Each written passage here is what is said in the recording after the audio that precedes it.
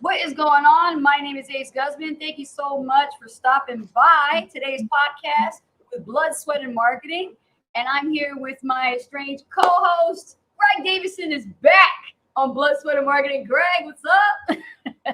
No, Greg's not here. Jimmy the Monkey's taking his place. That's what I'm saying. This is Jimmy the Monkey.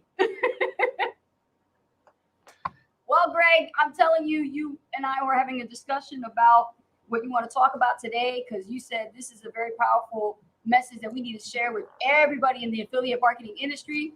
Affiliate marketing is dead. Traditional affiliate marketing is dead. Is that what you say?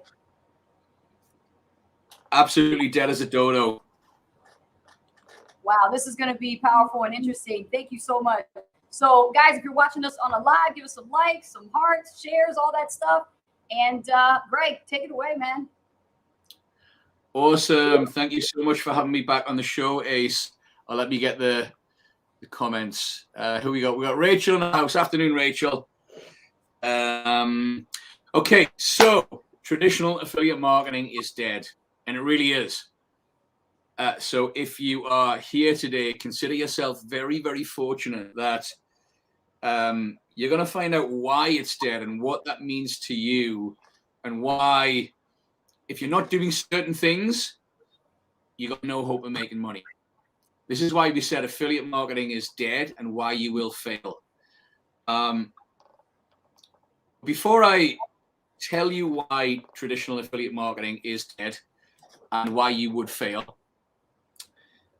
a little bit of context for the show today. So I'm super tired. I was up very, very early this morning, not intentionally. With spring, I don't know about you, Ace, but in winter, I sleep like a bear. Like I can sleep until like 8, 9 o'clock. And then when the spring comes with the light, even though I block out, like in my bedroom, I've got blackout material over the window that I put up every night, and I put like things around the curtains to stop light coming through. But the sun is so powerful. The long story short, like I'm getting woken up at like 6 in the morning, and I'm only getting about 7 hours sleep, and it's not enough for me. And so I'm a bit tired. Why should you care? Because I get really weird and wacky when I'm tired. Like I'm really kooky and stupid when I'm tired. Watch out, y'all. We just had an incredible training. All the training I do is incredible, of course, right, Ace? we just had an incredible training that I literally just got off about. Ace backed me up about like 3 minutes before this show. Moments ago, and then we start right up in here. That's where I was teaching. I had so much fun though. And so I was teaching my audience accelerator boot camp how to create a story from your everyday existence, and then how to do things like infuse humor into the story, write like you speak. So like I've got Ace to agree that she needs to start writing her emails more like she speaks. So there'll be like 1,000 F-bombs in her next email. Because she's not really Lady A, she's a potty mouth Jersey girl. Yeah. But she can be Lady A. You think to look at her, she's the most sophisticated, like Queen of Sheba. But I promise you, like sometimes when we get on private Zooms and like she's scrambling and like Angel's coming in like wanting help with the homework, and Rich is dragging his ass around like a zombie on Ambien, right? Yep. And she'll go, and I'm like, oh my God. I'll chew his ass up. So I was teaching them, it's kind of, the lesson was all about writing emails like you speak. And the best way to make money from your list and your tribe is to build great rapport, because in this industry, like trust is very low. And people are massively skeptical and nervous and won't hand over money to people they don't know. And most of the content out there, like people are trying to be something they're not. Yes, agreed. And it's hindering them rather than helping them, which is why when I write content or emails, I tear myself to shreds. Like every every flaw that I have. Like I got 4 false teeth on the bottom that got knocked out from playing rugby years ago. But I take the, as we say in England, I take the piss out of myself for having false teeth, and I'm turning 50 this year, which means that if it wasn't for my blood medication, I'd be going to the bathroom 5 times every night. And I shave my own hair at least every couple of weeks because the grey grows to it. Fortunately, I got blonde hair, but the grey comes through on the sides there, and I hate grey hair. So I'm like every 2 weeks I'm shaving it off. But like when I do email marketing and content marketing, this is how I talk to my audience, and they love me for it, and they trust me because I'm not trying to be a guru. I'm not. There's no pictures of Ferraris or Lamborghinis because I ain't got one to start with, and I would never have one. But like the God's honest truth is, like right now I just ain't that rich.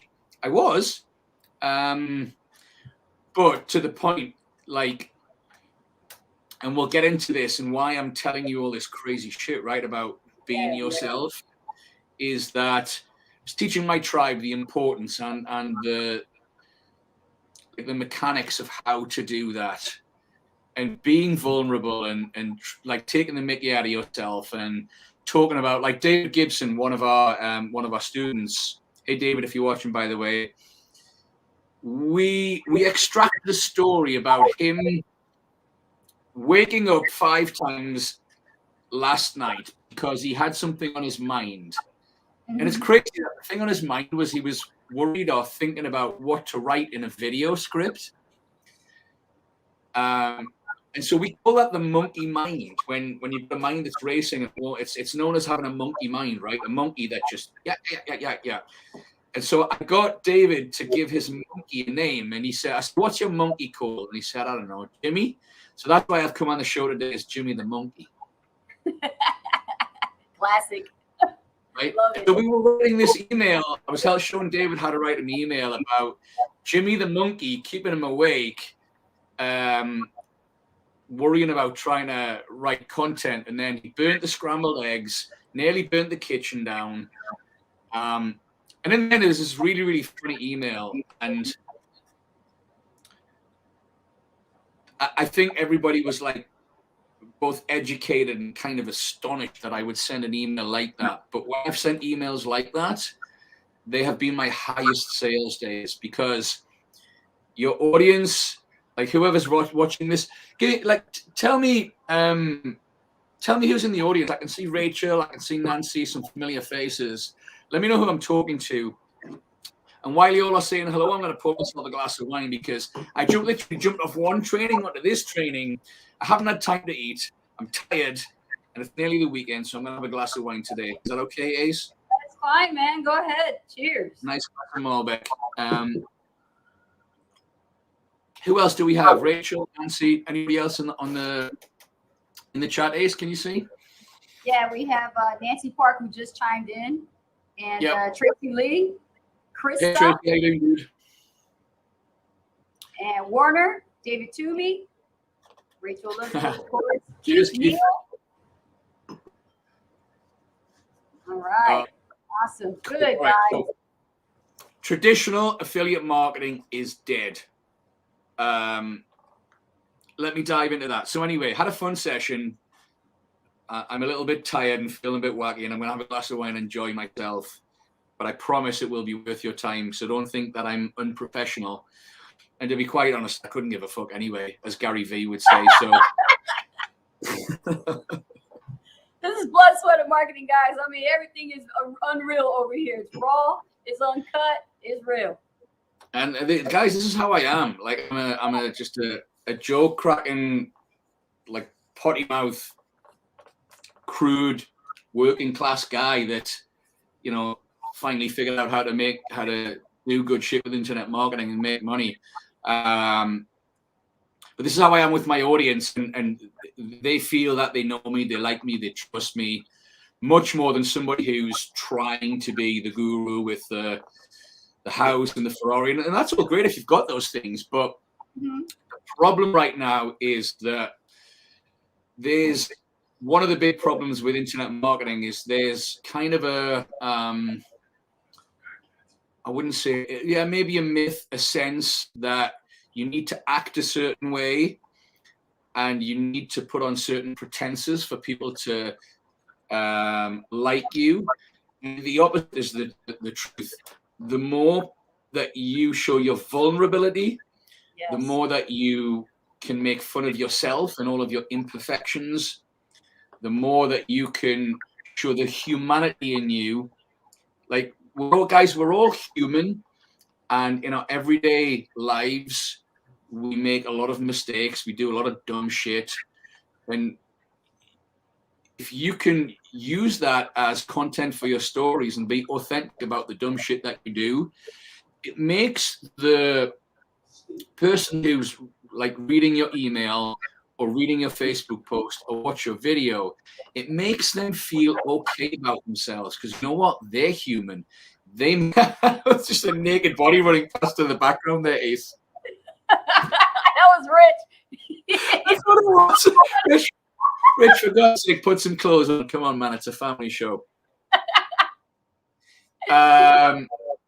All right, I could talk about a million things today, but here's what I'm talking about. It's the death of traditional affiliate marketing. And I'm not lying. It's not a word play just to get you here. Like clickbait? Yeah. Yeah, it's not that. So what do I mean by that? Here's what I mean. Years ago, when affiliate marketing first became kind of popular to make money from home, the business model was this. You became an affiliate, whether it was make money online or, you were marketing gardening products for argument's sake. What you would do is you would buy traffic, and you would buy traffic for pennies, and you could get leads and visitors for pennies. You could even make sales for pennies. When I say pennies, I mean, what would you call it in the US? What's the kind of the minimal amount of currency in the US? Cents, yeah. You get traffic for cents. Yes. We say pennies. I think it's a global term to mean like little money. You could get traffic for pennies for a very low amount. Then what you would do is you would, from your profit, you would then reinvest, buy more advertising, and usually ascension business models, meaning that, let's say you have a $10 product, it might cost you $2 or $3 from like 100 leads to make one sale for your $10 product.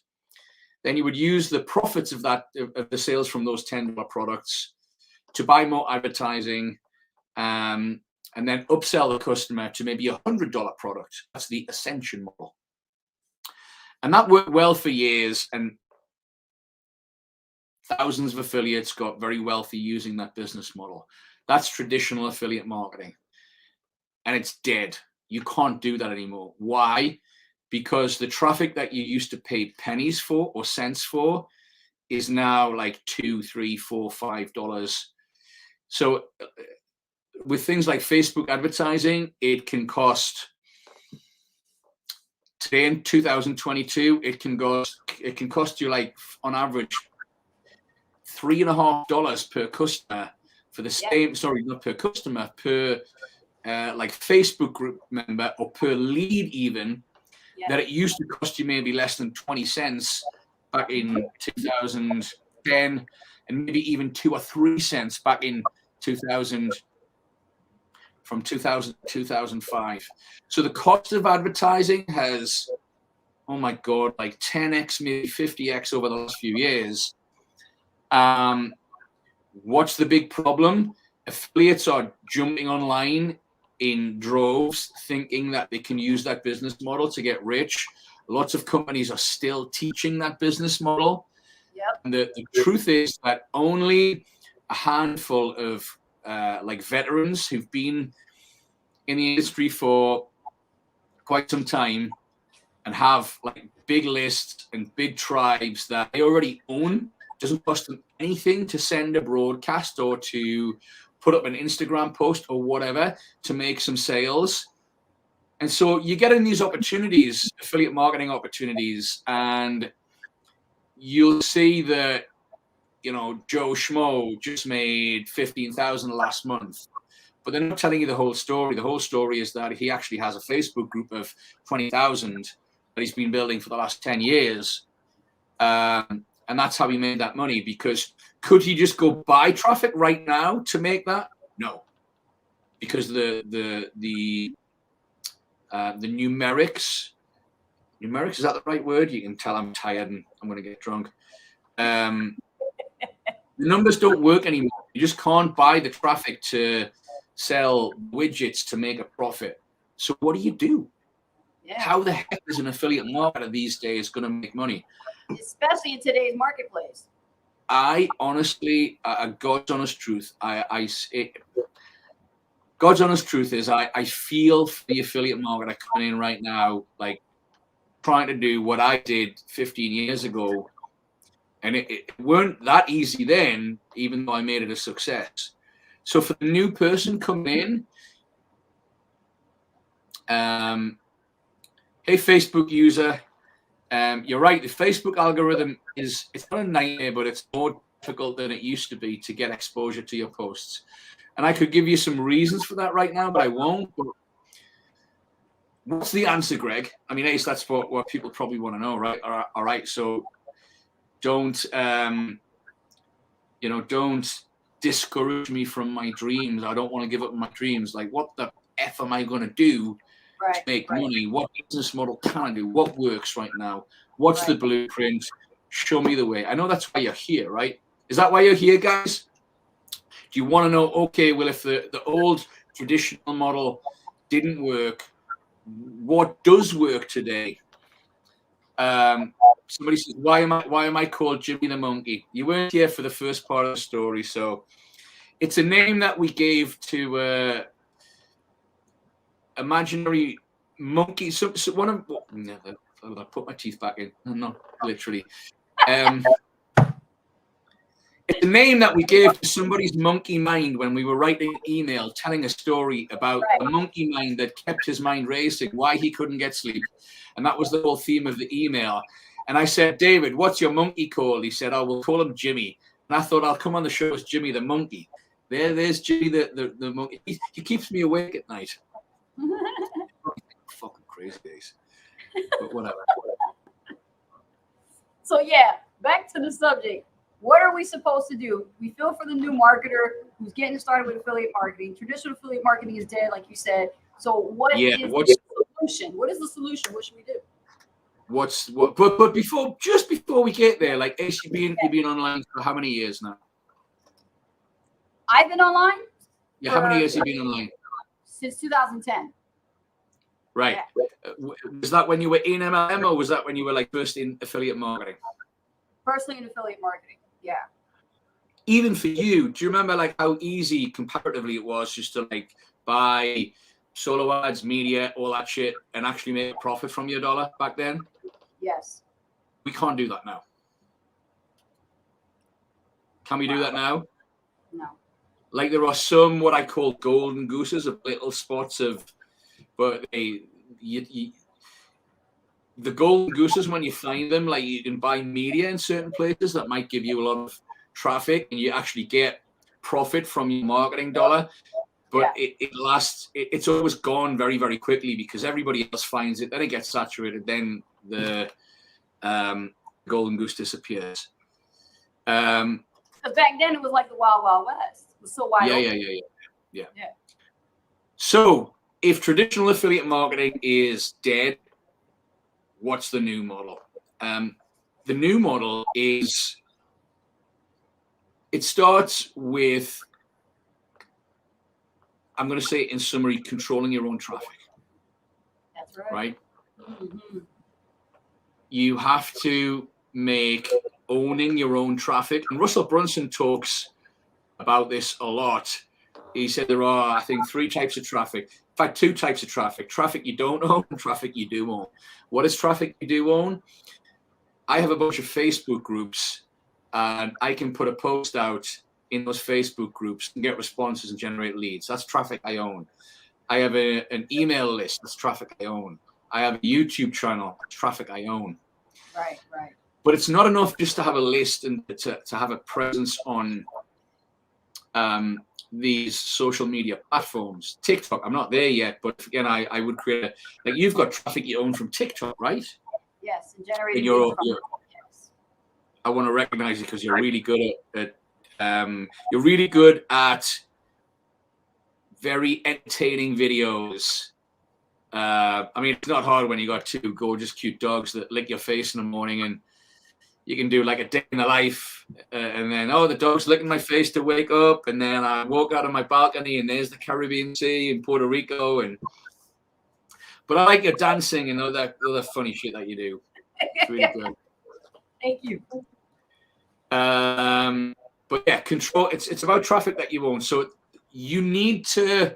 The most important thing, guys, is the game that a lot of affiliates are still playing is they want the easy money.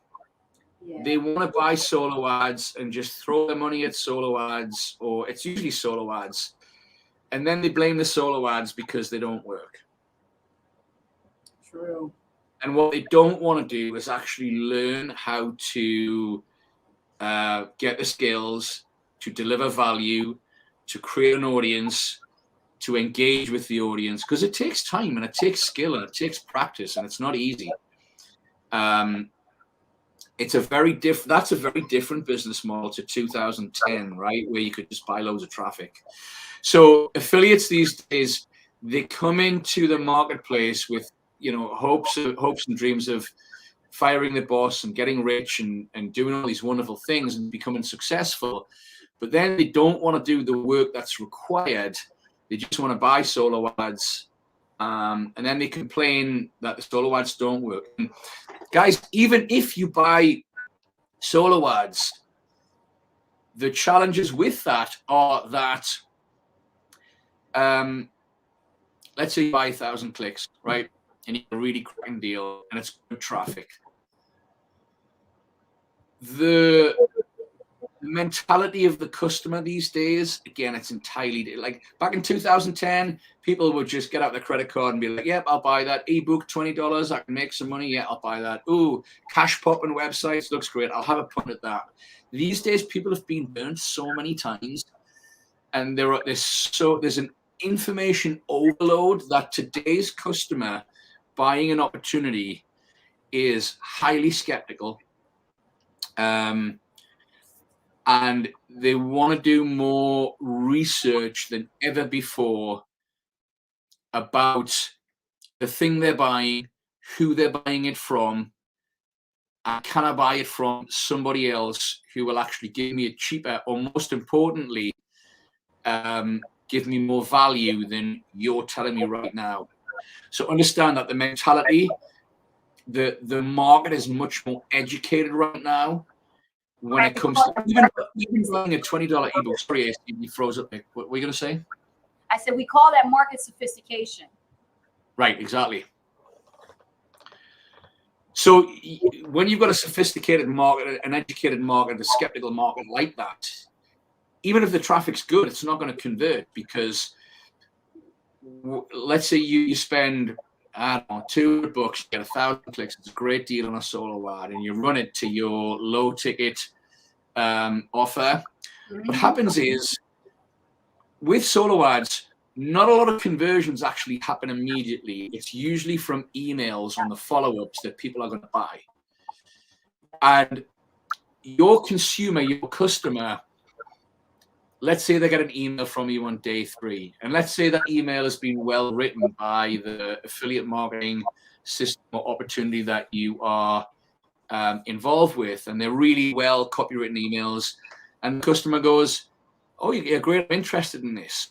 But what they also want to do is like, who they want to go, who am I buying it from? And let's say it's Diane Hogarth, right? I'll pick on you, Diane, because I know you and I love you, and you're a really good example. Now, Diane has done a great job of building her presence online. She's got a big YouTube channel, even though nobody can understand your accent still because you're from Birmingham, Diane, but that's a whole other conversation. But You look professional. You sound professional. You've worked hard on yourself to build your mindset and your skill set. So somebody sees an email from Diane Hogarth on day 3 autoresponder. They go, I want to check this Diane Hogarth out. So they Google Diane's name and they say, oh, wow, she runs a Facebook group called Affiliate Marketing Superstars, I think the number is. She runs a Facebook group and it's got 400 members. And she's an authority. So therefore, she's built credibility from the solo ad traffic that she's bought. Now, I can tell you that's taken Diane a lot of time, a lot of money over the last 2 years, because she was on one of my courses a couple of years ago when I was teaching, and this is when she first built a Facebook group. So this is what I mean by you have to be willing to invest in yourself, in the knowledge and the skills and the practices and the strategies. Diane's done that. Like, she's paid her, some wine on my teeth. She's paid her dues, and because of that, her solo ad dollars will produce a positive ROI. Like, it'll convert.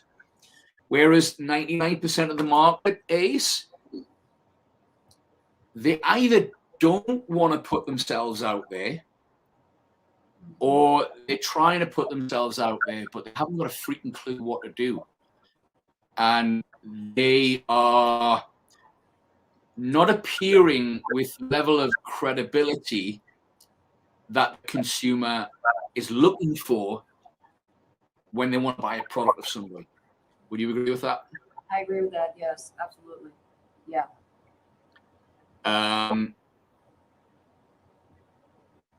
So yeah, it's a very different, like, you can't make money at the speed that you could 10 years ago. These days, if when you start your business, number one, you have to understand the rules of the game. And the rules of the game are this, that people don't buy products. People don't buy products. They don't buy products. They don't buy opportunities. They don't buy business opportunities. They don't buy work from home systems. They don't buy programs. They buy solutions to their problems from people that they trust. Yes. Those are the rules of the game. And you, as the seller, if you will, you have to be credible. You have to be knowledgeable. You have to be likable. Again, a mistake I see so many people making is that, like, some people are reading the books and getting the skills and putting themselves out there, but they're not showing the authentic them. Yes. Right? Like, I watch some videos and they're wearing a mask and they're not being. Yeah, that's a really good way of putting it. They're wearing a mask. They're wearing a mask, trying to pretend that there's something that they're not, or that life is all rosy, and it turns people off. And I'm going to use Diane. Like she's. We're not all nuts from the UK. I think a lot of the UK are very reserved, actually. But, like, she's a fucking cuckoo like me. She's an absolute crackerjack sometimes.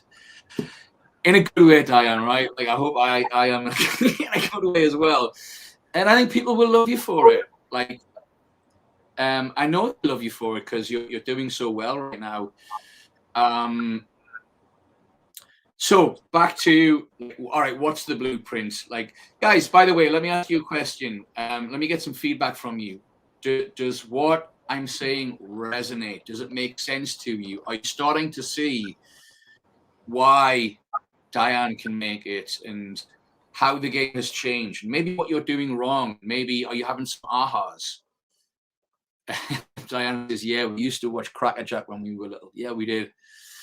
We're similar generations, guess. I don't know a lot of people's names because they're coming through as Facebook user Ace, but never mind. So guys, a little bit of feedback. Do you like what I'm saying? Is what I'm saying making sense to you? Are you realizing that things have changed? So what is the answer, Ace? What is the answer? Like, what does that mean to the new person watching your show who has maybe been in internet marketing for a year and is still struggling? Like, what do I do, Greg? That's what you're asking, right? What is their next step? What you do is, there's Jackie. Well, hello, Jackie. Yeah, I think StreamYard can. A lot of people can't get on because of StreamYard because they're saying it's like difficult to get permission or join or whatever. It's a little choppy. I see you freezing up a little bit, but then you come right back. No worries.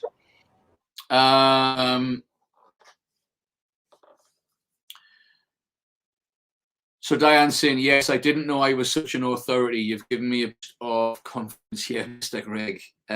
You're welcome. Don't get me wrong, Diane. I'm not saying you've arrived, you've made it. Now you're considered a guru. But what I am saying is that, like, when I say you put out posts, I know the real Diane. I know you entirely. Like, I know your insecurities, your vulnerabilities, the challenges that you have with your own level of self-belief. But to your credit, you're open about those. I just remember.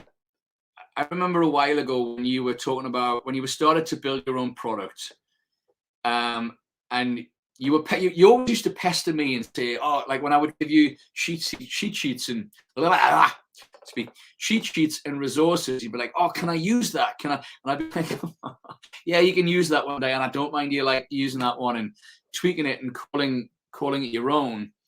But the one thing that you had, Diane, I could see that you weren't scared.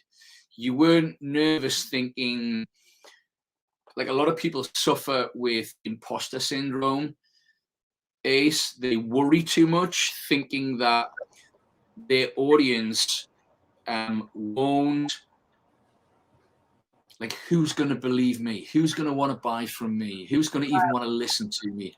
Mm-hmm. And what I saw in you, Diane, there was a switch that just went, and you were like, fuck it, if I'm going to make it, I need to believe in myself and actually be overconfident when I'm on like a video or if I'm writing something. I don't want to get away from the subject, but I think that's such a huge part of content marketing. Give me some questions, guys. Not just you like this, but do you have any questions about what I'm talking about? So the death of traditional marketing. In essence, it boils down to this. You have to become a person of value. You have to become an expert. One of the fastest ways that I became like more of an expert and built my personal brand was just one subject at a time. Like, for example, Ace, when I was just teaching the guys about how I became an expert in email marketing, and literally I went from being almost clueless about email marketing to teaching thousands of people on a webinar in 3 months. And that was literally because I made a commitment, and that was email marketing, guys. Like, it was at one point in 2018, I had this email list of 8,000 people. I had to whittle that down to 4 because half of it was like dead and inactive. But I had this list, and perfectly honest, we were broke at the time when I was living with Hannah, and so I had been really successful, and then we invested a lot of money into a cryptocurrency opportunity. And in one day, we lost $30,000. The opportunity, the platform crashed, went down, owners disappeared. We lost 30 grand. We just sent Louis off to our stepson off to boarding school. That was costing me $5 grand a month. I was selling and coaching for Digital Altitude, making a lot of money. The FTC, like a week later, closed that down. So I lost both my revenue streams. And we were like invested heavily into different things. And so we went from like living a very affluent lifestyle to literally like 3 months later having next to nothing. And I was trying to recover by joining different opportunities. This is when you guys actually joined me in that. I won't mention the name, but that thing that didn't work out. And to cut a long story short, I literally found myself in a very desperate position with no money to buy traffic, and we literally just maxed out our credit cards on this new opportunity. Wow. And I had to make money fast. But the one thing I had was an email list, and I said, right, I'm going to figure out how to be a really good email marketer, and I'm just going to learn this one thing as fast as I can, as much as I can. And I would literally spend 8-9 hours a day reading. There's a great book that I got called Open Click Buy. I've taught many of my students this. But Open Click Buy by a guy called John Benson. It's a great book on email marketing. So I'd like read that from cover to cover like numerous times, and all of the stuff that he suggests you try, I was emailing my list 3 times a day, which is overkill, but it's not over. It's only overkill if your emails are, if your emails are not high value. So I was making sure every email I would tell a great story. I would put some value in there. Like I wasn't spamming shit out to my list. But the point being, I went from a level of incompetence with email marketing to literally within a couple of weeks, competent, to then good, to then making sales, getting tons of responses from my subscribers. And it was because I put this relentless 100% all-in focus on that one subject. And then from the results that I was getting, literally 3 months later, I could teach email marketing, and I could teach at a really good level. So why did I tell you that story? What's the point of that? One skill at a time. Like I've seen people go from nothing to becoming like masters at TikTok and then blowing up to 50 grand a month in like 3-6 months, one skill at a time. So if you want to know the fastest way to get really great, is find a skill or find a strategy, whether it be Facebook groups or email marketing or video marketing. There you go, Jackie. They call it upskilling. And upskill on that one thing as fast as you possibly can. Because what will happen is you'll get results. You can then broadcast and brag about your results to your list all over social media. You'll start to build a name for yourself as the go-to gal or guy in email marketing, as I did, or Facebook groups or TikTok. And stay on that skill, because to get a lot of traffic and a lot of engagement and a lot of responses and ultimately a lot of leads and sales, it's 10 times easier and faster doing it with one vehicle, one platform, one thing, than trying to master 3 or 4 things at once, which is what people are trying to do. So upskilling, like learn copywriting, because no matter what you do, like your copywriting competence, your prowess, how good you are with words, whether it's Facebook groups, video, email marketing, copywriting applies to everything. So if I were you starting out, I'd be like, Monday, I read my copywriting book. Tuesday, I read my email marketing book. Wednesday, I read my... In fact, these 2 skills go really hand in hand, right? And if you just don't take fucking blinkers off, and you refuse to let the usual distractions get in your way, like there's something I used to keep off Facebook. It's called BlockSite. It's a free Chrome plugin, BlockSite. Yeah. And then what happens when I try to click, because unconsciously, like, I'll open a new tab and type in F, because I used to be so used to like scrolling Facebook, and I know this kills probably 9 out of 10 people. Productivity, yes. But now my brain has been conditioned that when I type in F, there's like this, like, not evil, but she's like this grumpy old granny with glasses on my screen that goes, "Not today, Jose," and I'm like, oh yeah. Facebook is blocked. So my point is, like, gun to the head thinking, like I talk about, sympathetic gun, that would be a better gun. Gun to the head thinking. Imagine that you have 90 days to learn how to be a great email marketer to the point where you can literally generate 1, 2, 3, 4, 5 sales a day. And if you don't accomplish that, somebody's going to kill you, or somebody's going to blow the head off your most cherished, loved child or family member. Back to what we were talking about. All right, guys, traditional marketing is dead. You can't just buy traffic and have it convert and then profit from your opportunity. You have to become a person of value. How do you do that? You do it one skill at a time. You have to find something that you can get good at really fast. And it's like when you first dived into TikTok, the thing that I've learned in internet marketing, like mastering so many skills, is that it's effing surprise. It's fucking surprising, right? Yeah. How good you can get at something when you really focus every day. Yes. And I've been doing videos I'm on like day 75 right now. I'm on a challenge and I'm doing 75 Is that your TikTok thing?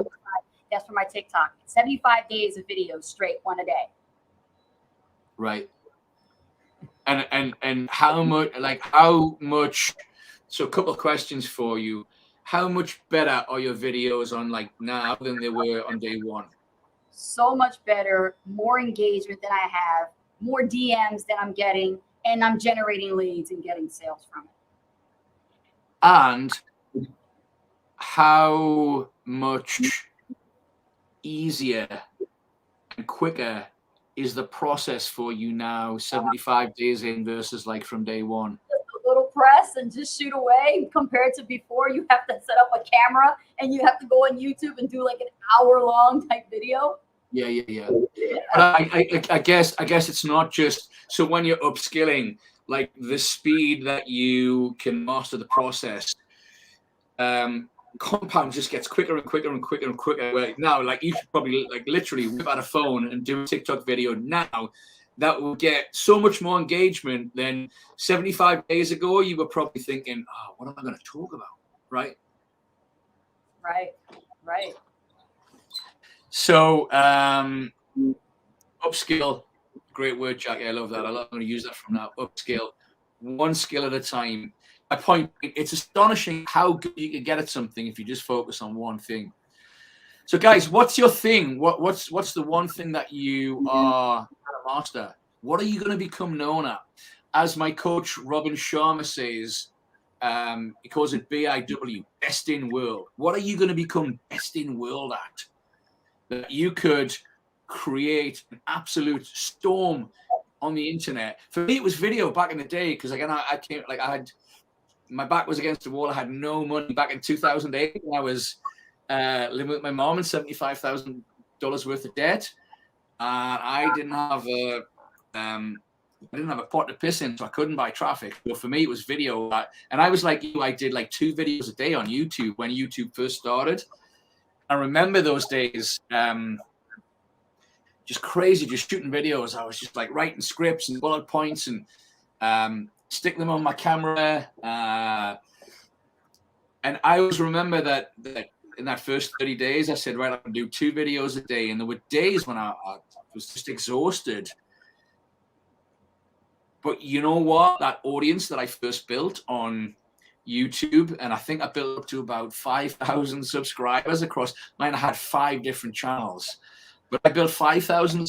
There's 5,100 and something subscribers in just over. Did I get about 90 days?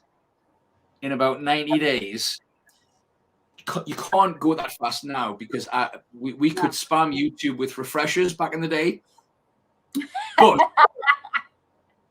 like you could refresh and actually have your videos like on the high on the category page.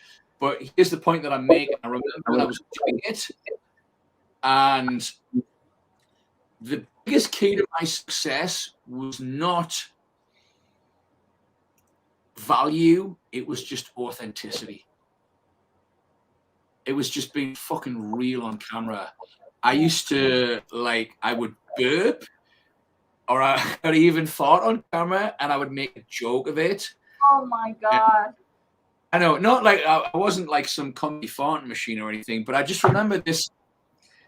I just remember this one video where I did that, and my back was against the wall, and I would just say to my YouTube audience, I'd be like, guys, you know, shit happens, and what you just said, yeah. I was like, yeah, that was gas coming to my ass. I'm human. The Queen does it. We're all good. So many comments with like, lol, the fart and all that, right? Yeah. Because you know what? I was just being real. I mean, I was delivering value. I'd like talk about I would just read Tony Robbins like a couple of chapters and go, okay, that's my video. And then I would get on, do my best, just be real with my audience. It's no surprise, guys, that YouTube is an entertainment channel. It's not and we use it for business, but this is the thing with one of the keys. Ben Settle calls it edutainment, where you educate. Edutainment, where you educate at the same time. Like look at Jake Paul and Casey Neistat and those guys. They're entertaining as fuck because they're real. It's like a real life look behind the scenes. So my challenge to you guys is, Chucky, have I read The Four Agreements? One of my favorite books. That's interesting you asked that question. I love that book. Yeah.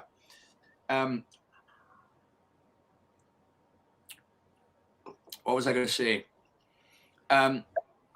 I was teaching my little tribe this. Like if I can impart some more value for you today, it would be this. Like you get that I'm saying be real, but document, don't create. Document, don't create versus create. People are trying to hard teach and create, and it doesn't work. Yeah. In fact, I told the guys my 12 rules of email marketing that I learned from the god of email marketing, and one of the rules is do not hard teach. Mm-hmm. In fact, who wants to know the 12 rules of content marketing? Would you guys like to hear them right now? That'd be great, because I fell into that trap myself, because as I was trying to create content, I thought once I learned something, I was supposed to teach it, but then I hard teached, and then I was putting it in my emails, and everything was getting stale. So that wasn't what was winning, and that's not what was getting sales. So Jackie Stockdale says, yes, please. Diane says, yes, please. What about the rest of you guys? Do you want me to teach you the 12 golden rules of email marketing, Facebook marketing, every kind of content marketing? Here we go. Get your pens out. They're ready. Let's go, guys. Let's get our pens out. Yeah. I got mine. Let's go. All right. Rule number 1. Write to a friend. Write to a friend. That's one. Whether it's and again, this applies to everything, whether it's a Facebook post, a video, or an email. Write to a friend. Never address your audience as a group. Unless it's a live like this, where you're like, hey guys, what's up? If it's an email or Facebook piece, write to one person like a friend. Number 1. Number 2, tell stories. Yes. Facts tell, stories tell. Number 3, make your content valuable.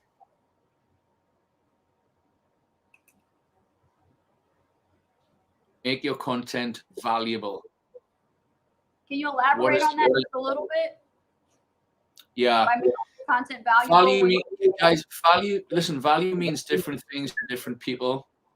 But when somebody has either read your email or they have read the Facebook post, they must feel they've gotten some benefit from it. Like they've had a paradigm shift. Mm-hmm. You've changed their belief about one thing. Yes. Mm-hmm. And it can be as kind of raw as they've learned that you're a real person with real struggles, just like they have.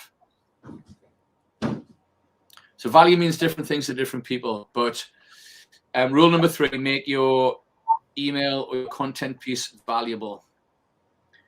Rule number 4, every content piece is a demonstration. I'll elaborate just a bit. What it means is don't tell me, show me. Love that. Right? Especially if you're talking about humor. Don't tell me you're funny. Show me you're funny. Mm-hmm. Right. Say, Jimmy the monkey. Jimmy the monkey 5 times a night. Rule number 5. Like 5 times a night. David Gibson knows what I'm talking about. Rule number 5, no hard teaching. That's right. Jackie says, I always engage with people through their stories, have to be real. Absolutely, Jackie. Rule number 5, no hard teaching. Mm-hmm. Rule number 6, write to achieve your objective.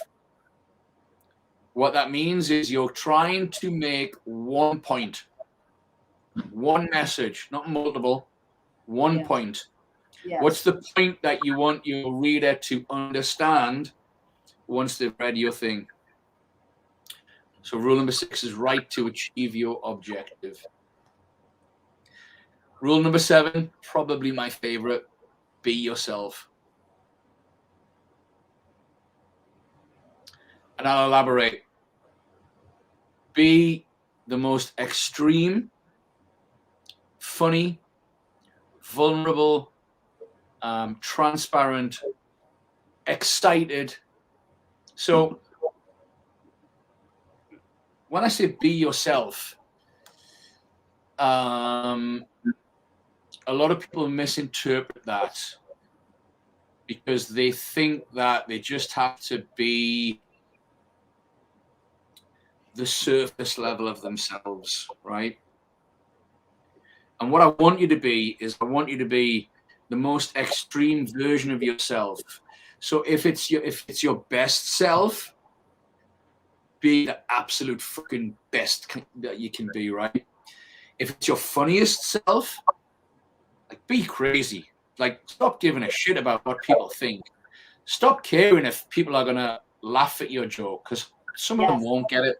A golden rule of comedy is actually for every 10 jokes you try and crack, if people laugh at 3 of them, you're a success. Right? 3 out of 10. Yeah. Now, I personally get about a 9 out of a 10, but then I am one of the funniest men in the world, if not the funniest. So I don't expect you all to be that good. So you don't care if you laugh at me or not. Be vulnerable. Share your horror stories. Totally, yes. Talk about your nightmares. If you really like I just wrote this email as David Gibson, one of my students, and we went through the whole email about how he was, couldn't sleep last night. He nearly burnt the kitchen down. He was just a disaster, and that makes the best content ever. Like I said before, I have no shame whatsoever to tell you that, like, if I didn't take my bladder medication, I would be up pissing 5 times a night because I'm nearly 50. And one of my biggest fears is that I'm doing a keynote speech on stage and spit my false teeth out into the crowd. Oh, no. You look great, but you wouldn't know these 4 actually was. But this is what I mean. Like, it could be 1,000 people watching this. I don't care. Like, I'm not ashamed to like get the skeletons out. And I could probably go on and on, but you get my point, right? That Yes. we all have imperfections. We do.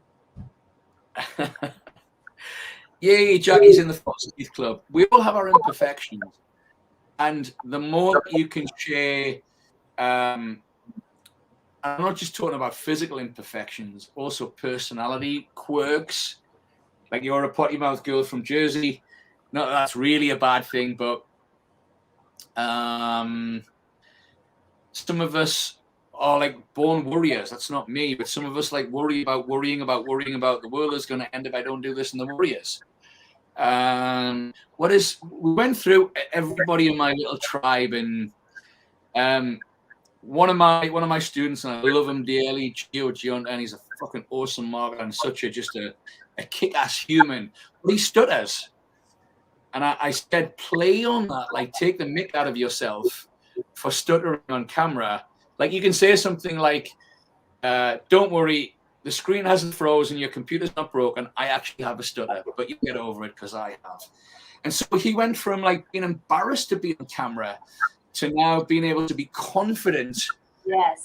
Because you've broken down the walls of being ashamed of that thing.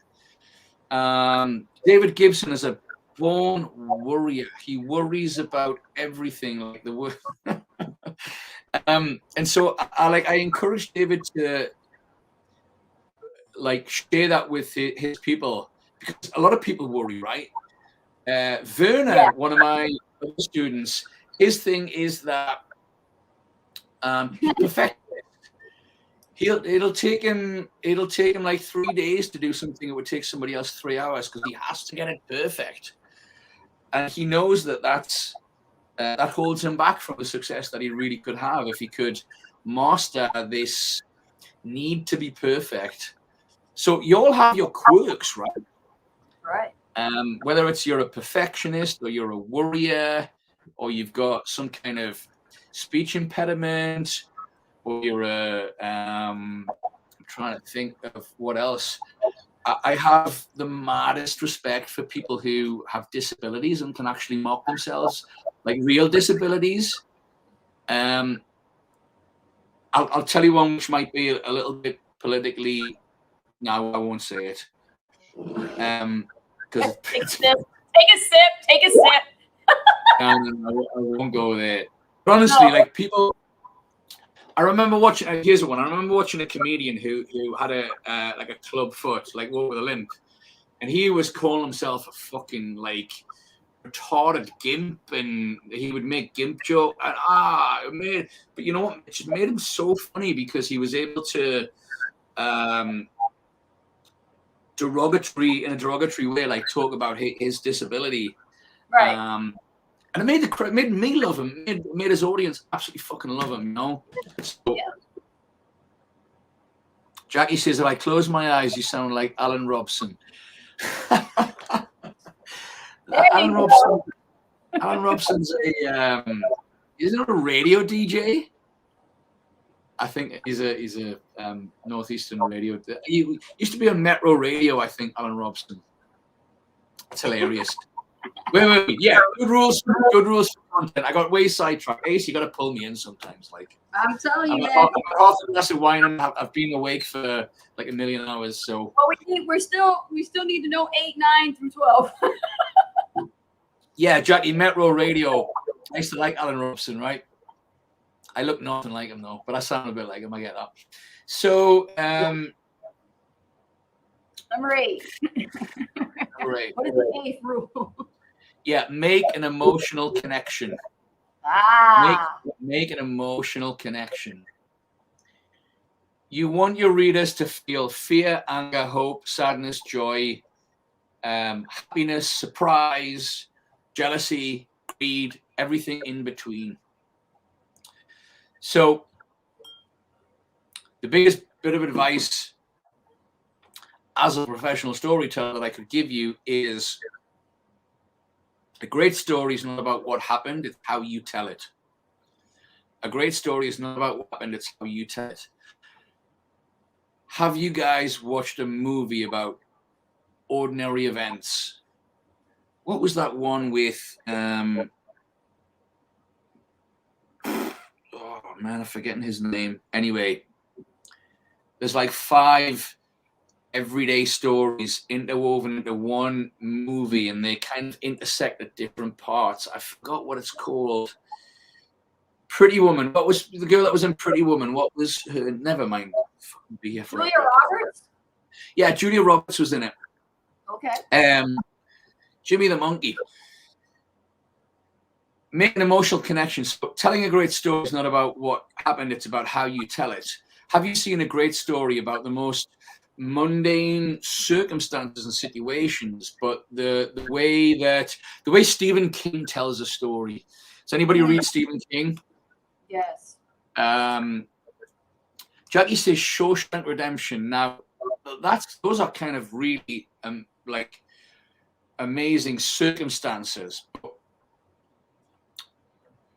I'll give you a 4 example. Firstly, if you read Stephen King books, I think Stephen King is the best author bar none about on how to describe events and use dialogue and how people think to tell a story. I totally lost my train of thought. Anyway, when you're telling a story, it's all about how did you feel? Were you terrified? Were you terrified to your core? Were you shaken like a leaf and scared for your life because what's going to happen to your son?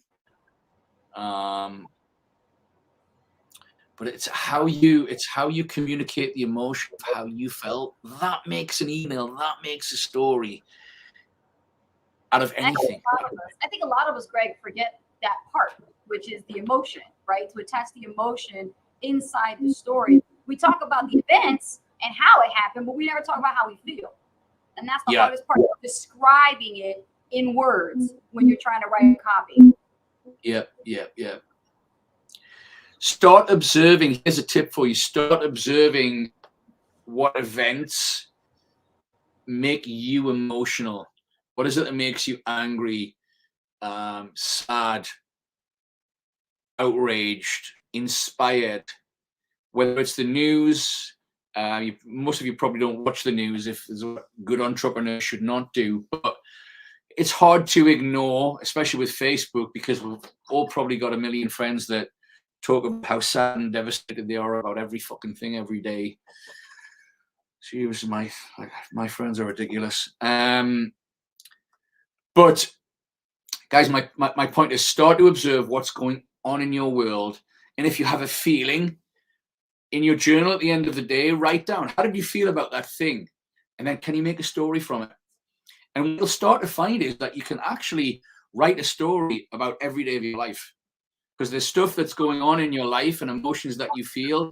You're going through this plethora of 100 emotions, positive and negative, every day. And if you start to take notice of that, that's how you communicate with your tribe. So make an emotional connection was number 8. Number 9, this one applies to email marketing. Keep your emails short and pithy. Most good emails will be between 200 to 400 words long. Okay. Yeah. If you have a really juicy one, don't be afraid to go way over.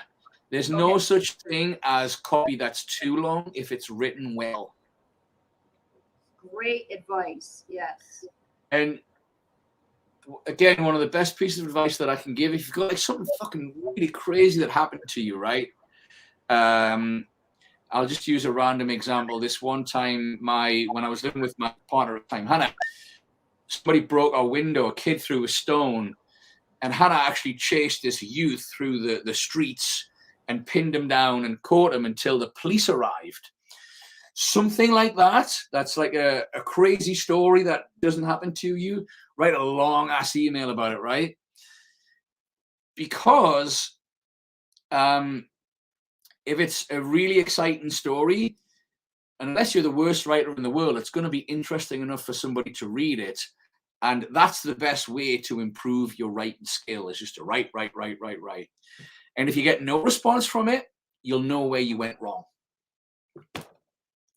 Rule number 9, keep them short and pithy, 200 to 400 words. But if you've got a really juicy, great story, let it rip, let it go. 500,000 words, who cares? But for your first 20, 30 emails, 200, 300, 400 words is a good idea. Rule number 10. Selling the click versus selling the pre-frame. Selling the click versus selling the pre-frame. Sometimes your goal is just to sell the click. Sometimes your goal is to pre-frame what's going to happen next. I won't elaborate on that because it would take too long and I'd have to take up too much time. That's a class in itself, right, Greg? Yeah. Rule number 11. Here we go. Rule number 11. We're nearly finished, guys. We only got 12. Curiosity, curiosity, curiosity.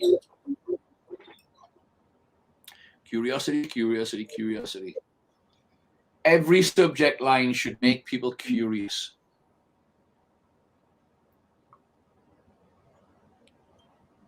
And a lot of marketers struggle with that. They don't understand curiosity. Do you know how I get my my swipe file for curiosity headlines? What do you do? I'm gonna give you guys like some of the best fucking tips ever here. So I'll give you 3 copywriters to follow, and you should set up an entirely different Gmail. Like I have a Gmail and it's like copy.gregd@gmail.com, and it's only for A-list copywriters. So I get my own swipe file of like subject lines and emails. Here are the people to follow. Ben Settle, like Nettle, but with an S. Ben Settle. And if you go to bensettle.com/blog, read Ben's emails.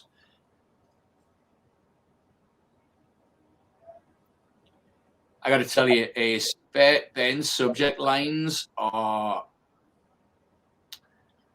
here's why they're great. Ben will write a subject line like,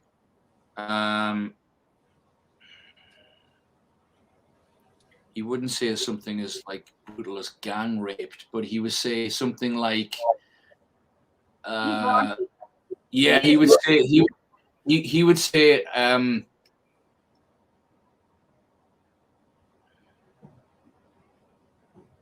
I was molested by aliens last night.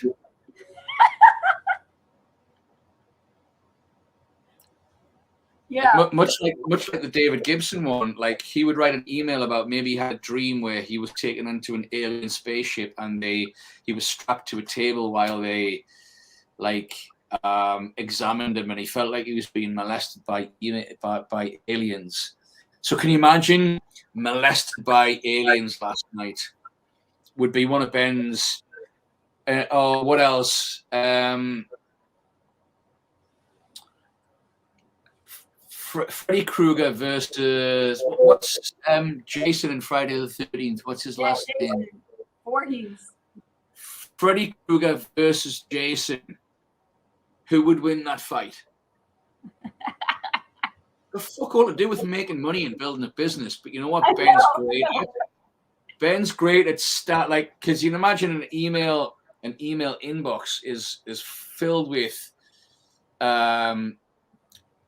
especially in the make money online space where people are signing up to every free capture page for a free ebook, etc.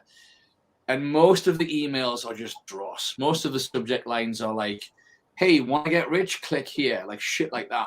So when you're scrolling down looking for things that are either important or interesting, and you see Ben's subject line, molested by aliens last night, it's going to stand out like a woo, woo, woo.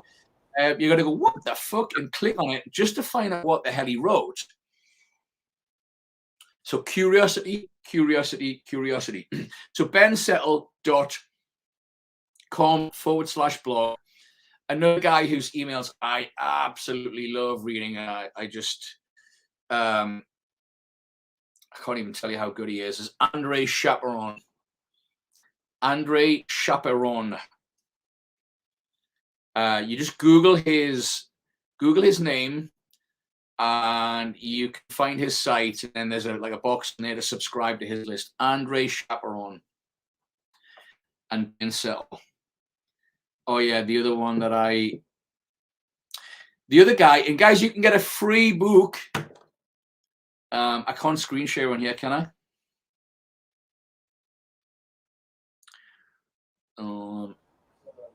I think you know what it is.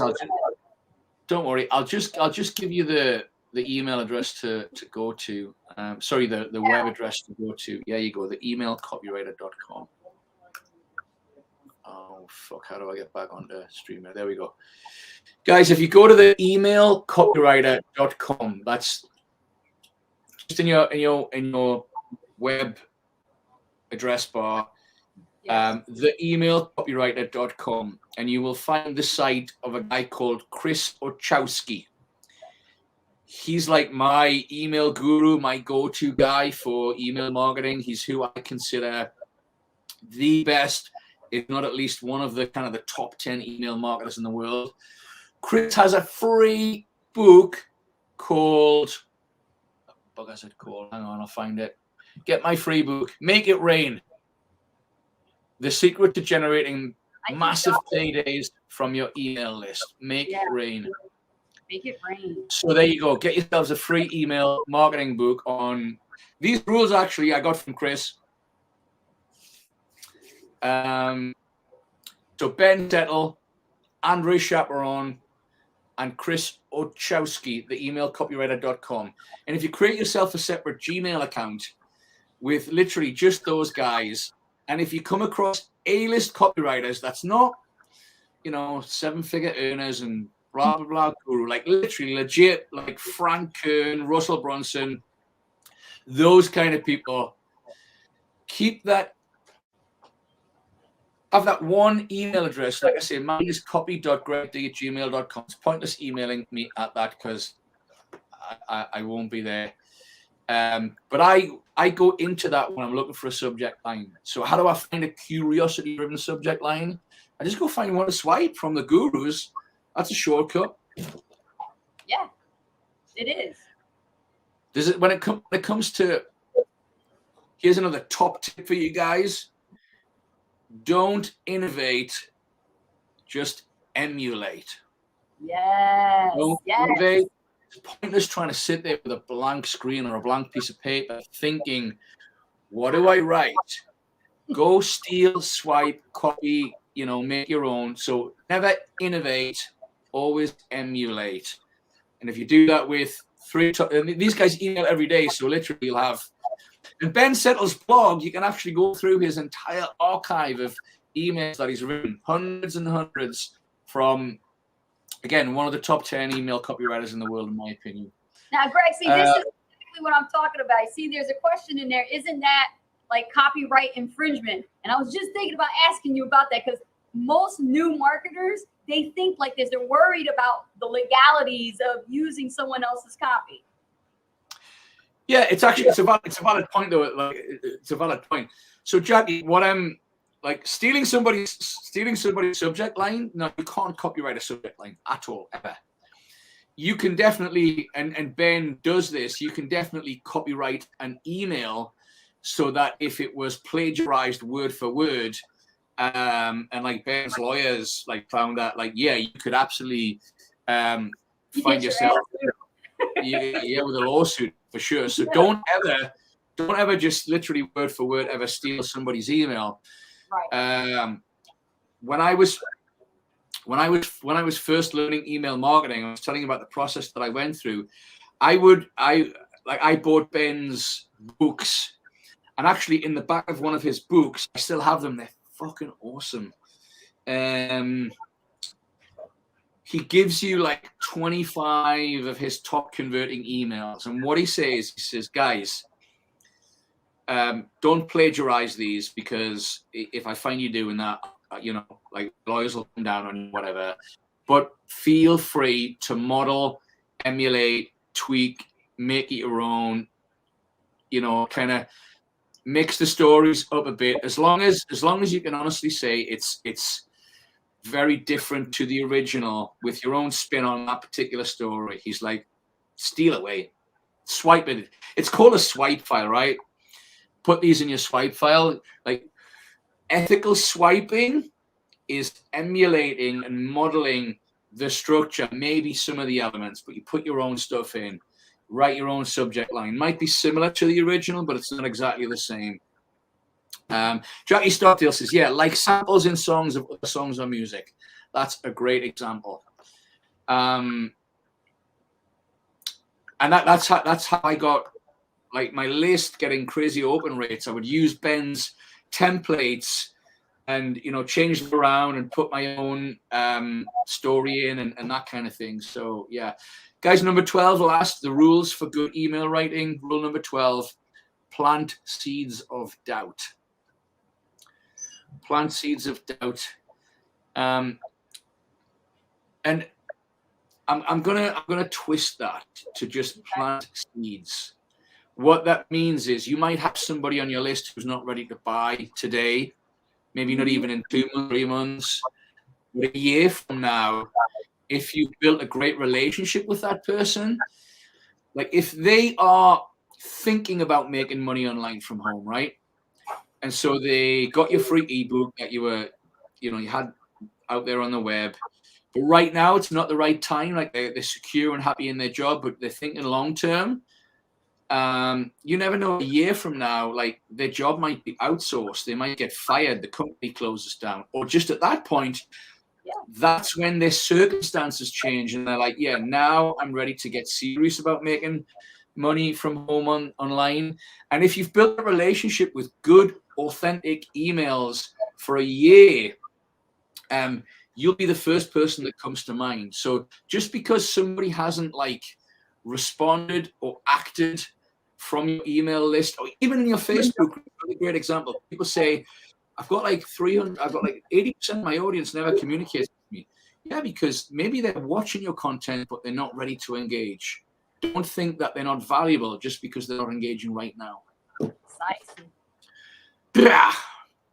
So yeah, there you go. 12 rules for good content writing, guys. How did you like those? Was that Ace, you know that was pure fire, man. You guys enjoyed that? That was amazing. I got all them down, all 12. And definitely going to follow those people. And what Greg was talking about, Ben Settle, Andre Chaperone, and Chris Ochowski, right? Yeah. The email copywriter.com. I can't even pronounce his name properly. He says, what about ratio words to pictures? We're getting some really specific questions. Ace, we're doing okay for time, I think. I can do some Q&A. Yeah, sure, we can do a little bit of Q&A before we go. Yeah, sure. Before I get into that, man, Ace, how you doing? I feel like I said, let's you and I have a conversation, but I don't want to dominate the conversation. How you feel? How are you feeling? The landscape has changed even over the last few years when it comes to content marketing. I feel actually more open to the idea that people are now, they're not thinking with thought, they're thinking more emotionally. Yeah. They're thinking more emotionally about what they're looking and researching as far as products and services that they want to buy in this marketing space. You know, they're thinking more emotionally. But with the pandemic, that's also affecting things too. So we kind of got to interject some of that into the copy as well, because it's a current event. So we should be able to be talking about that also in our emails, wouldn't you say? Yeah, that's a great point. I never really thought much about that. It's interesting that people will generally one of the rules in copywriting is that we have what we call in Cashvertising, the book that I mentioned. It's called the Life Force 8. In Copywriting Secrets, Jim Edwards has like the 9 reasons why people buy something, or even the 9 reasons why people will give you their attention. And the important distinction is, so if anybody buys Copywriting Secrets or cash advertising, there are probably a total of about 10 reasons why anybody does anything.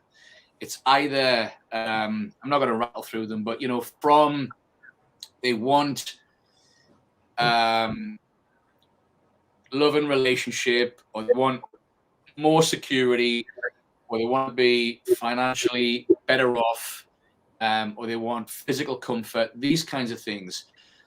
And everything that anybody does can always be traced back to one of these reasons, which is how you should start your marketing. But the interesting thing is that statistically, fear versus, I'm trying to think of the correct word for the positive. Like, people will do more to avoid pain than they'll do to gain pleasure. So as a marketer, fear is actually your most powerful tool. Literally 3 out of 4, every 4 decisions we make as human beings, we do to avoid pain, because we fear that if we don't do that thing, like, for example, if I don't go to work today, I don't have a job, but one of you would say, like, if I don't go to work today, I'm going to get fired, which means I have no money, which means I can't feed my family. So no matter how bad you feel, you'll go to work because you fear what would happen if you didn't go to work. And versus going to work for the pleasure of what I get out of my job. Do you see the difference? So with the pandemic, I think a lot of fear has been built in society days. A lot of fear mongering. Lots. A lot of fear mongering.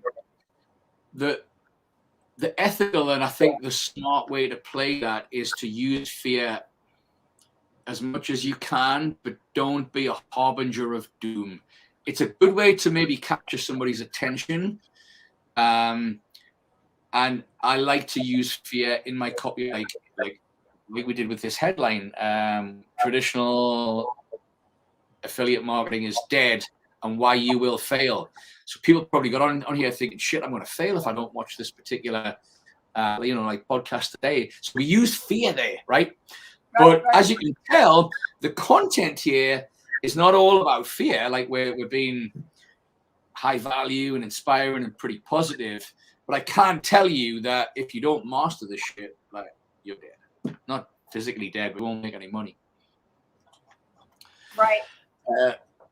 Let's see if we can get some good questions here. Jackie says, we got content marketing, we got attraction marketing, and it gets confusing. Yeah. Content marketing is just email, Facebook post, video. Attraction marketing actually means the process of becoming the hunted versus the hunter. Right. So you becoming the attractive character with the value that you build from the skills that you learn, that attracts your audience to buy from you, versus Joe Schmo, who is not giving as much value, who is not as authentic. So that's attraction marketing. In essence, attraction marketing is you becoming more attractive through, like I said, by being more entertaining, more valuable, having better knowledge, more of an expert. Being different is huge. So, but your biggest pet peeve is not just, like, for us women, we don't like when guys leave the fucking toilet seat up. For you, it's like, don't be trite in your email copy. You always say that. Don't be trite. Don't be Pollyanna. Don't, like. Yeah, don't be. I do. I say don't be. So trite is a word that really means like boring and vanilla and just humdrum. Like, be outrageous, be different, make the conversation like exciting, interesting. Not only does with email, not only does your subject line have to stand out, your copy has to entertain them. It has to make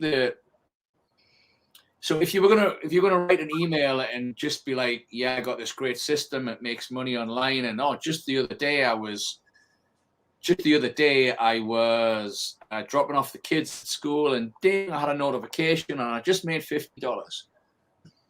That's trite compared to David Gibson's email, who had Jimmy the monkey waking him up 5 times a night because he nearly died from burning the house down from the scrambled eggs, and that's exactly.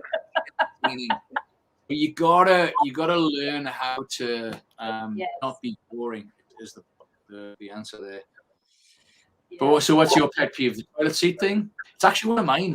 Guys do it too. The men's toilets at the gym. I see like people. I'm like, what are you, fucking 5 years old? You can't leave the toilet seat. Oh my goodness. Oh man. What else have we got? Questions? Let's see. Any more questions? You guys are getting loads and loads of value. I mean, amazingly, what you're sharing here is very good principles when it comes to copywriting and understanding that traditional, affiliate marketing is not the way it is.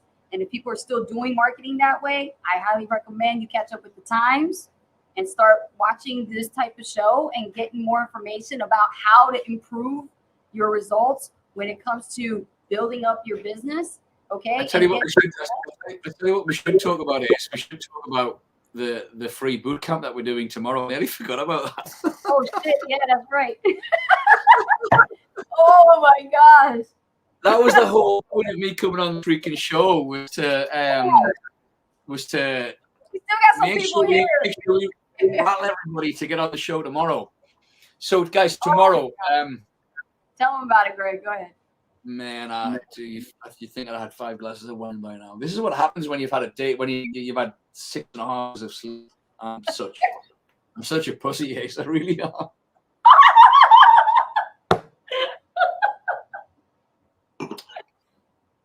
Okay, Greg.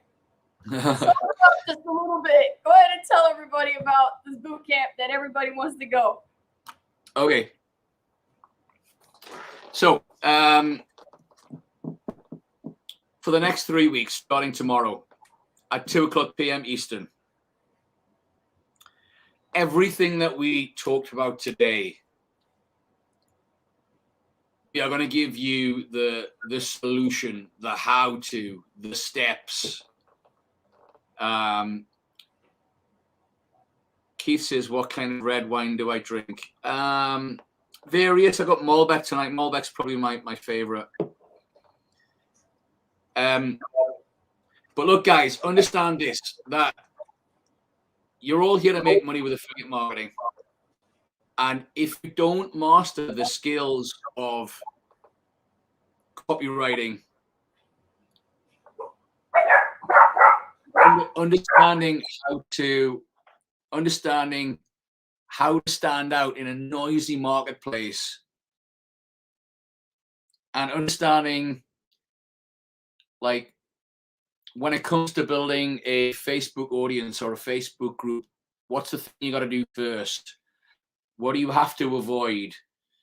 How do you brand yourself with what I call a positioning statement, so that when people look at your group, your page, your personal page, they're attracted to you and they want to join. So over the next 3 weeks, I'm inviting you to join me on a 100% free bootcamp, 2:00 p.m. Eastern, and I will give you an absolute masterclass I'm going to teach you how to tell your story properly.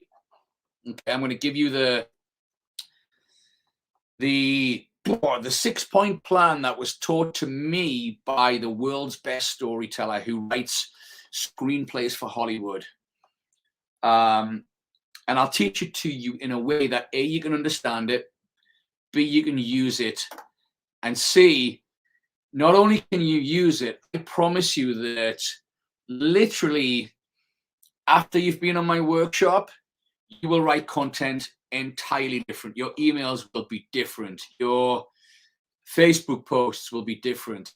I'll give you, do you think I should give them video script days? I don't know. They're kind of, they're proprietary. if enough of you get on and make it worth my while, I'll give you a couple of my highest converting video scripts. And you will, what's great about these scripts is they're very different. My group use them right now, by the way, and they are fucking killing it. Like, their engagement's off the charts. Their personal confidence is sky high now because they know the formula and the structure when it comes to doing videos from here on. So Diane, good question. Tomorrow is at 2 p.m. So that's 6 p.m. UK. So it's 2 p.m. Eastern, which is 6 p.m. UK. And as far as everywhere else in the world, you'll have to work it out. 2 o'clock p.m. Eastern. David says, will it be recorded? I don't know. We might. Come on, guys. Depends how much sleep I get tonight. I might forget to hit the record button. So who's gonna join us tomorrow for the first edition of, I'm gonna call this Unlimited Leads, because in today's marketplace, you need to know how to generate your own leads. And I'm going to teach you how to generate unlimited leads over the next 3 weeks and how to stand out in a noisy marketplace easier and faster than you've ever done before. You'll have scripts, tools, worksheets, cheat sheets. I've already got this stuff because I teach my group. And I'm going to give you the best of the best of the best, the creme de la creme of content over the next 3 weeks. So only if you're excited enough. I mean, you have to persuade me. What do you think, guys? Is it going to be worth my while spending some time with you? Jackie, that would be 6 p.m. UK time. Yeah, 6 p.m. UK time, 2 p.m. Eastern Standard Time. Keith, sounds great. All right. Well, I'm glad Keith's excited. What about the rest of you all? Are you coming? Allie, Diane, Keith, who else? Jackie, Nancy. I forgot we got private chat. Deborah. Sounds good. Sounds good. All right, very good. All right. Awesome. Now, where is this going to be at? Are you going to do it here in the Internet Marketing Pros group? Yeah, very importantly, we'll do. So to be, what will happen is you will get everybody in the internet marketing. Keith says, I'll have my wine too ready as well, Keith. It's wine o'clock in my house. In the Internet Marketing Pros, so if you're a member of the Internet Marketing Pros, you will get an invite. We'll also put it up on Ace and Rich's profile just to make sure that nobody misses it. But the event page will be in the Internet Marketing Pros, Ace and Rich's Facebook group. So make sure you're a member of that. I think everybody is, right? Or is this going out in different places? It's in different places, yeah. Diane, I'm drinking Malbec. I'm drinking Asda's special Malbec. It's really delicious. And I haven't eaten for about 5 hours, so the wine is. Jackie Stockdale says, "Can we invite people?" I would love you to invite some people, Jackie, because I think that more people understand the rules of the new game, and the more people actually start to get some of these fundamental skills, just honestly, the better the landscape of affiliate marketing is going to become. Because I don't know about you, Ace, but I am just fucking sick of the shit that I read every day. That just the hype and the BS and people pretending to be something they're not, and it's just. It's like I want to totally discard all those other crappy ass emails that I've been getting from other marketers and just totally scrap it, and just follow. Diane says, 100%. I'm with you there. Diane asks, "Can I advertise this in my group?" You should. Diane would be your best friend if you go and bring me, 10 or 20 people from the group to learn this stuff as well. So yeah.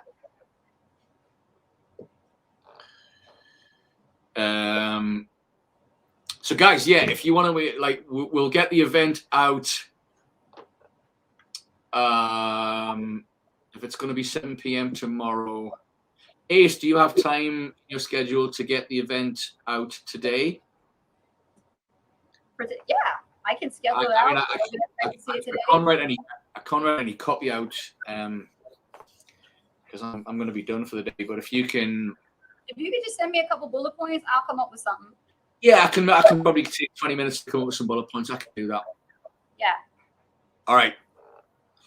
Awesome, guys. Well, I'm going to throw this out to you right now. This is Blood, Sweat, and Marketing. We're about to close the show, but if you've got any last questions about the 12 rules, why is traditional affiliate marketing dead, anything we've talked about today, fire them at me right now.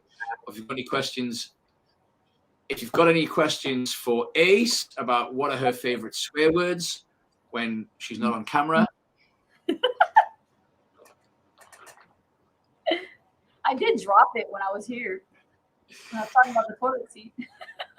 You're more like conscious about it than I am. I just don't know. Yeah. And says, yes, I need to interview you both for my YouTube channel. I have one condition when it comes to interviews. As long as you have 100 people, as long as you have 100 active people in your audience, I will grant you an interview for sure. It's got to be worth our time. That's all, because we're busy. Yeah. Building a business, but for sure. Any last questions, guys? No matter how crazy, random. All right. Well, this is Jimmy the Monkey. No, this is Greg Davison. And it has been my absolute pleasure. Thanks for being an awesome co-host, Greg. Yeah, it's been a pleasure to drink wine and have some fun and laughs and giggles and talk a bit of internet marketing as well. Absolutely. And with Blood, Sweat, and Marketing, what's great about this actual podcast is the fact that not only is it raw and real, but also, there's nothing fake about it and it's not scripted, just so you guys know. This is all coming from Greg's experience. Greg knows a lot about marketing. When the first time he came on the show, he pretty much proved that. So when he is here for tomorrow's boot camp, do not hold back when it comes to asking this guy questions about marketing. Anything. No question is dumb. Just ask him anything about what he's going to share with you, because half of you, unless you guys are all doing multiple six figures, you all need to show up. I'll tell you a little story, right? And it's pertinent to what you just said. The story has two parts. If you want to be, here's a clue. If you want to become really successful and you get the opportunity to ask a successful person, seven-figure earner, whatever they are, questions, you should stay up all night thinking of every fucking question you possibly can. I was that guy. Here's my story. At Carbon Copy Pro 2008, right?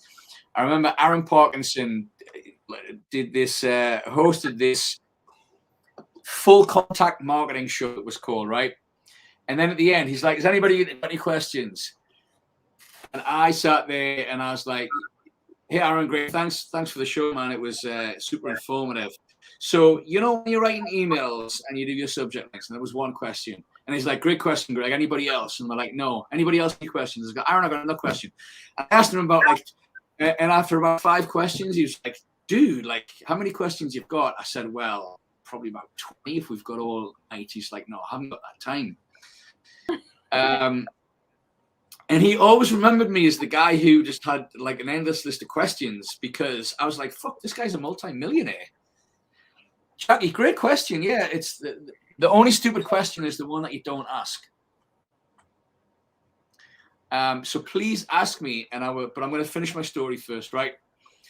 And so, because I was never afraid to ask what might sound like a stupid question, like whenever there's a webinar or a call and it was top earner, I would literally come on with a book of questions, right? Because I would go through my business every day not knowing what to do with certain points, like, do I do this or and I would just think, you know what? There's going to be some fucking top earner doing a webinar in the next couple of days. I'll ask them. And I had A4 sheets with all these questions, right? So every webinar. and I became a 7-figure earner. Funny that, right? Then when I was in the Cayman Islands, I was crushing it, making millions, blah, blah, blah. And I get a phone call from this guy called Jeff Lerner, who was new to Carbon Copy Pro. And he said, Jeff said, hey, Michael Force gave me a number because I saw you do the training and you seem good, blah, blah, blah. He says, have you got like maybe 10 or 20 minutes? I can ask a few questions. And I was like, yeah, of course. I was like, oh, the guys had balls enough to get my private number from one of the other top earners.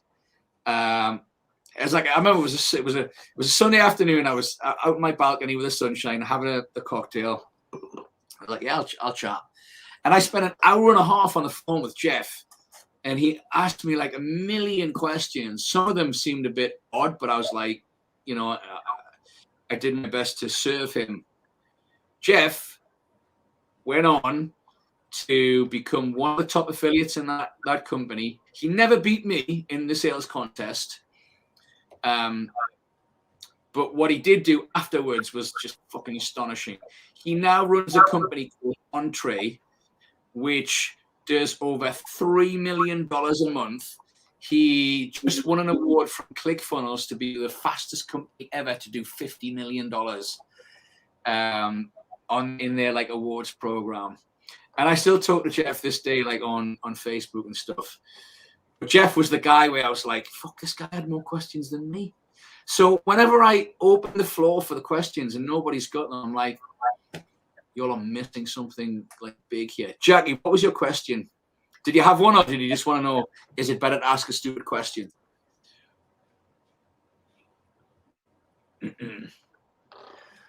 Let's see, is it private chat or? All right, then. Diane says, let's do it on TikTok. Do what? Here's what I challenge you to do, guys. We have an agenda for the next 3 sessions. Obviously, I want to transform you over the next 3 weeks so you are able to generate more leads, have better content, get more attention, just really take quantum leaps in your business. But I want to know what your challenges are as well. So today, I want you to finish this session. Literally, as soon as you finish, I want you to get a pen and a piece of paper, and I want you to start writing down, what do I struggle with right now? What do I not know? What can I not figure out how to do? Right? Yes. With regards to email marketing, what are my stumbling blocks? Is it my English? Is it that I don't know how to write subject lines? Do I know how to, have I got great stories, but I just can't communicate them? Like, I want you to stream of consciousness, write everything down that you think you struggle with. Email marketing, Facebook marketing, video marketing, driving traffic, running your business, product, everything you can. What are the big things that if you could figure them out would make the most difference in your business? And show up tomorrow and I'll answer your questions. Not only will I answer them, I will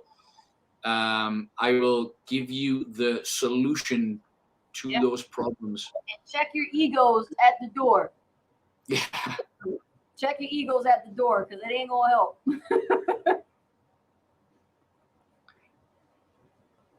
Right. Well, man, I'm hungry. I gotta go get some dinner. I gotta go cook. So other than that, thank you so much, Greg Davison. Once again, I'll be looking forward to that boot camp tomorrow, 2 p.m. Everybody, Eastern Standard Time. Be in the Internet Marketing Pros Facebook group. Greg Davison is going to actually go ahead and launch the boot camp, and it's going to go on for what, 3 days? Well, it's going to be Friday the 25th. Friday it'll probably be the 2nd, I think, is if my dates are correct, and then Friday the 9th. All right, and stay tuned for the post. We will put an announcement there for you for the event, so you guys can RSVP. You'll have the link. It'll be a Zoom. You guys can jump in. It's going to be live. It's going to be hot, so don't miss it. Thank you so much for joining me, Ace Guzman, Greg Davison on Blood, Sweat, and Marketing. We'll see you next time. Yeah, thanks guys for your awesome questions. You were great tonight. I had lots of fun. Appreciate you all. I'll see you tomorrow. Bye. Bye, everybody.